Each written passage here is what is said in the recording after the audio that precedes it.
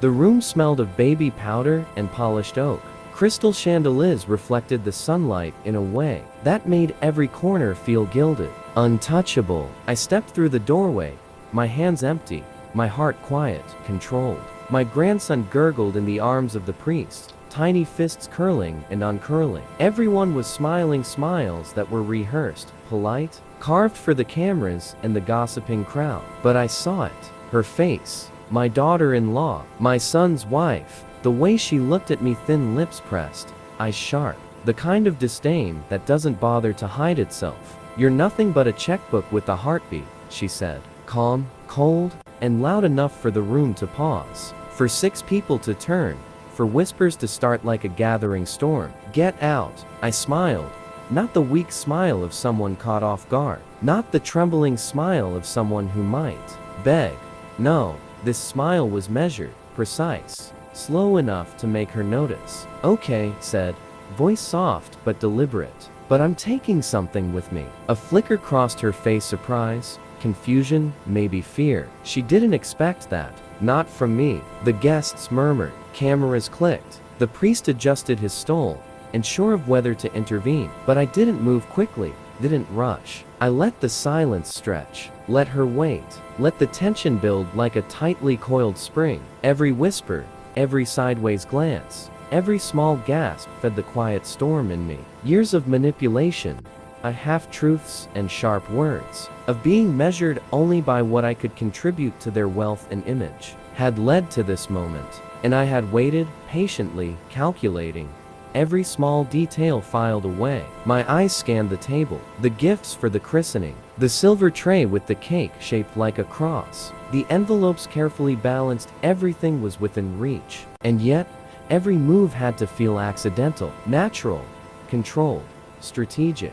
Her breath hitched. I could see it now, slight and unguarded. She hadn't thought I would notice the small things. The signatures on the guest book, the ledger left open on the dining table, the keys subtly misplaced. Small things that added up to one undeniable truth.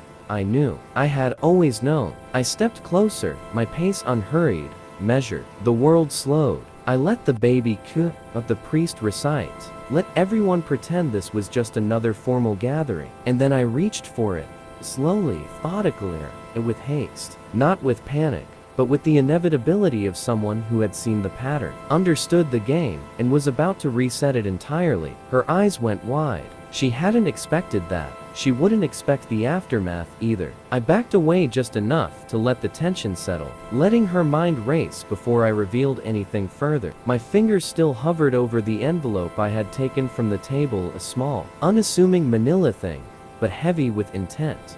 She stared at me, the bravado in her eyes starting to crack. I could see the calculations forming, the frantic attempts to justify, to spin, to lie. My son's wife, the woman who smiled at me at family gatherings, while secretly erasing the lines of my life from their records, was beginning to realize something. Years of manipulation had built this wall between us. She had made it clear I existed only to fund, to support, to validate her family's curated image. My presence was tolerated so long as it remained convenient, invisible, and silent. But now, the veneer was cracking, and I was watching every shard fall. I walked slowly toward the window, letting sunlight brush across my face, painting me in a halo of calm. "I've known for months," I said, almost to myself. Not loud enough for the room, not yet, but loud enough for her to hear. Her face tightened. "Known what?" she asked, a hint of fear threading her voice. I didn't answer immediately. I let the moment stretch. Every second added weight. She couldn't rush this. The room didn't need to know yet.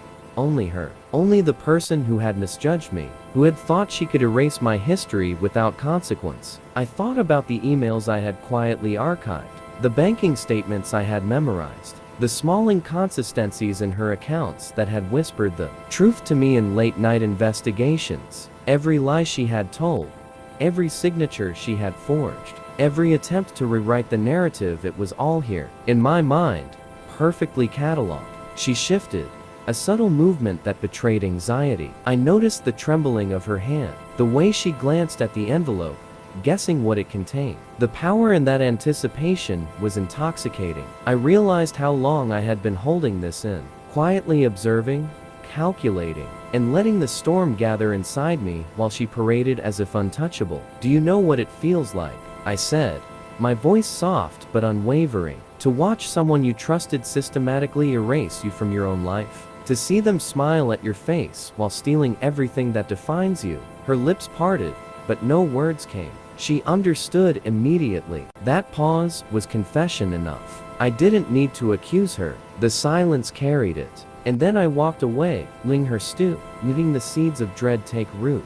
I moved to the back of the hall, letting the guests continue their oblivious chatter, while every thought of hers circled the inevitable realization. I had always been aware. I had always known. The betrayal was complete. I didn't need proof yet. I didn't need confrontation. But I needed preparation, strategy, precision, and I would have it. Her panic was subtle, almost imperceptible to others. But I saw it. And in that small crack of fear, I tasted the beginning of justice. I smiled inwardly. She thought she had removed me from the equation. She didn't know she had just entered the trap. I didn't speak to her for the rest of the day.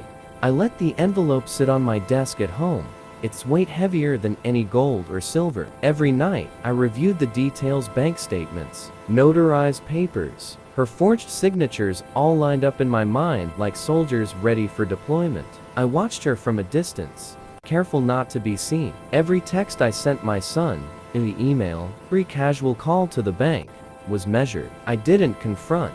I didn't make mistakes. My rage was controlled, cold, and meticulous. That's how power works. The family thought I had accepted my role. The quiet elder, overlooked, tolerated. But I was far from passive.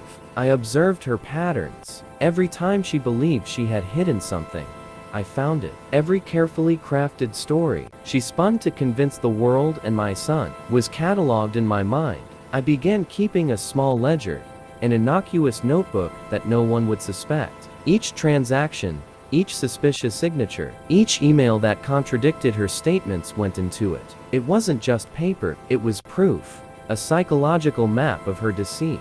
Some nights I barely slept. I reviewed everything again. The letters she sent, claiming necessity for furniture replacements. The way she manipulated family members against me subtly, calling me difficult in passing, always under the guise of concern. I discovered inconsistencies I hadn't noticed before. A canceled payment that didn't align with the bank records. A forged signature on a document to transfer furniture ownership. The hidden account she tried to mask under my name. It was all there, exposed in plain sight if anyone knew where to look. And I had the wherewithal to remain calm. I never reacted when she tried to provoke me. Every word she spoke in front of family, every smug smile she flashed at gatherings, I stored them all. They would be used against her in due course, in the quietest, most devastating way. I even started recording small interactions subtly, audio that she would never suspect. Her tone when she believed herself untouchable, her casual dismissals, it all painted a clear picture. The puzzle pieces were aligning,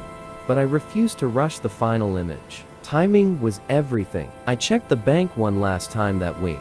Everything was ready, every discrepancy accounted for, every signature verified. My mind replayed scenarios.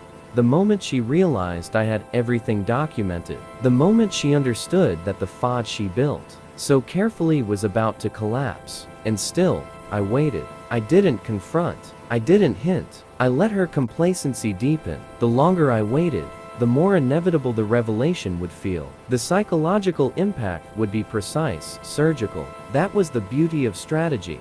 The anticipation alone would begin to unravel her. Her own confidence would betray her. And when the moment came, she would understand just how powerless she had allowed herself to become. I smiled to myself. Patience was a weapon sharper than any confrontation. The day arrived without ceremony. I walked into the house as if nothing had changed. The furniture was still rearranged, her smile still brittle. She didn't notice me at first. Confidence, arrogance, it was all still there. I placed the folder on the dining table, directly in front of her. She glanced at it, raising an eyebrow, curiosity mixing with caution. "What's this?" she asked, her voice tight. "A slip. The first crack." I didn't answer, I simply nodded toward it. Inside was everything. Scanned copies of every forged signature, transaction records, emails she thought she had deleted, a careful account of every manipulation she had performed. I had included notes, dates, times, connections, every lie she told, every justification she fabricated, laid bare in cold, precise detail. She picked up the folder, flipping through pages with growing agitation. Her eyes widened, her lips pressed together. I watched her carefully, noting the subtle changes in posture, the way her hands shook as she turned the pages, the small hitch in her breathing. How did you, she stammered, but no words would finish that sentence. I already knew. I had anticipated every attempt at denial, every deflection. I remained calm, cold, detached. My calmness was a weapon more lethal than yelling, more destructive than anger. Her face paled. She looked from the folder to me, as if seeing me for the first time. I didn't think anyone would notice, she whispered, barely audible. I leaned back, folding my hands, I steadied. Noticing isn't the issue. Understanding, that takes time. Her confidence crumbled with each passing second. She realized that the careful web of manipulation she had spun around my son, around the family, around herself, had been dismantled without a single confrontational word from me. Every attempt she had made to appear untouchable was shattered. The truth hit her in stages. First, the financial deceptions. Then, the legal manipulations. Finally, the emotional betrayals, the subtle undermining of my authority, the gaslighting of my son, the false narrative she had built so meticulously. She sank into the chair, hands covering her face. The mask was gone. Vulnerability, shock, and fear replaced the arrogance she had worn so confidently. I watched, silent, unmoved, absorbing the satisfaction of truth delivered without theatrics. You kept all of this? She finally managed to choke out. I did, I replied. Every detail, every lie, every step you thought was invisible. And in that moment, I understood the power of observation, patience, and strategy. She had underestimated me not out of malice, but out of hubris. And hubris, I realized, was always fatal when matched with calculation. She looked at me again, wide with disbelief. A single thought screaming behind them. I am exposed. I am powerless. No words, no excuses. Only the cold reality of truth in black and white. I didn't raise my voice. I didn't scream. That wasn't necessary. Power didn't need noise, it needed precision. She sat there, still clutching the folder, her face pale, eyes darting, searching for any sign of mercy, any escape. There was none. I leaned forward, resting my elbows on the table, letting the silence fill the room. The quiet was heavier than any shouting could ever be. I suppose you're wondering what comes next, I said softly. Her lips parted, but she didn't speak. I let her panic fill the air, watched it suffocate her composure. I've already taken what I needed, I continued, my voice measured, calm. Not your money, not your possessions. Your control. Her eyes widened. She hadn't expected that. She had thought this confrontation was about restitution, about justice in some simplistic sense. She had no idea how cold strategy works. I've alerted my attorney, I said, still slow, deliberate, each word carefully chosen, and copied all your communications. Any attempt to contest what you've done will be met with absolute certainty that everything you've hidden is public record. You've underestimated me, and that was your mistake. She tried to speak, a weak, trembling protest. I silenced her with a glance. It wasn't anger. It wasn't even hate. It was the calm weight of inevitability, the knowledge that every plan she had made was meaningless now. I pushed the folder slightly closer to her. Read it again. Absorb it. Every forgery, every manipulation, every lie laid bare. Her hands shook. She didn't move. She couldn't. I could see it, the internal collapse. The psychological unraveling of someone who had believed themselves untouchable. You thought you could play games with my family, with my life, I said, voice quieter now, almost a whisper. You believed your secrets were safe, but safety isn't yours when truth is methodical. Her breathing quickened. Her eyes darted to the door, then to the ceiling, searching for escape.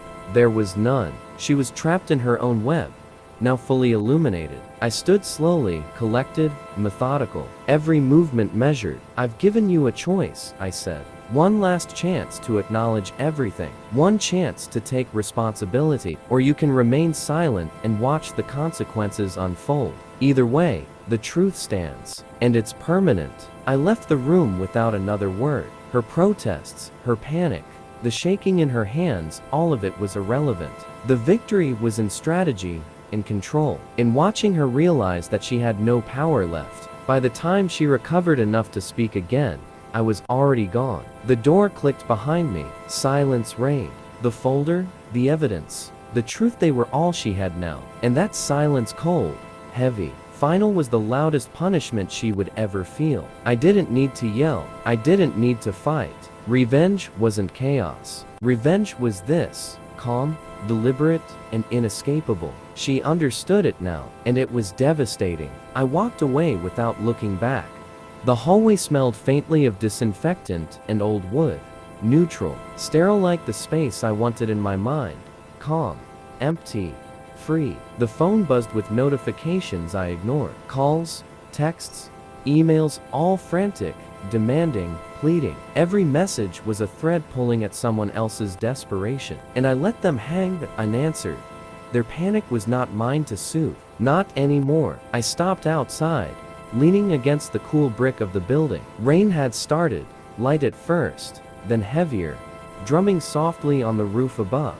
I closed my eyes. It wasn't relief. It wasn't satisfaction. It was clarity. Cold, unshakable clarity. No one had seen it coming. The calm execution, the slow unraveling, the methodical exposure of truth. They never do. They never understand until it's too late. And even now, as the storm soaked my coat, I felt nothing for them. Nothing but quiet observation. The storm mirrored what I had done. Cleansing, final, inevitable. Inside, she would sit with the folder, replaying every move she thought she had made against me. Each manipulation, each lie, each attempt at control, all now powerless against the fact that I had known, that I had waited, that I had acted. And in that waiting, I had grown stronger. She had not. I let the rain wash my hands as if it could cleanse memory itself. But memory doesn't need cleansing. It is mine. Every scar, every betrayal, every calculated step I took to reclaim control, those are mine. And I carry them with the quiet pride of someone who endured, who watched, who measured, and who finally acted. The past is not something I dwell on. It is a series of coordinates, a map of manipulation and deceit.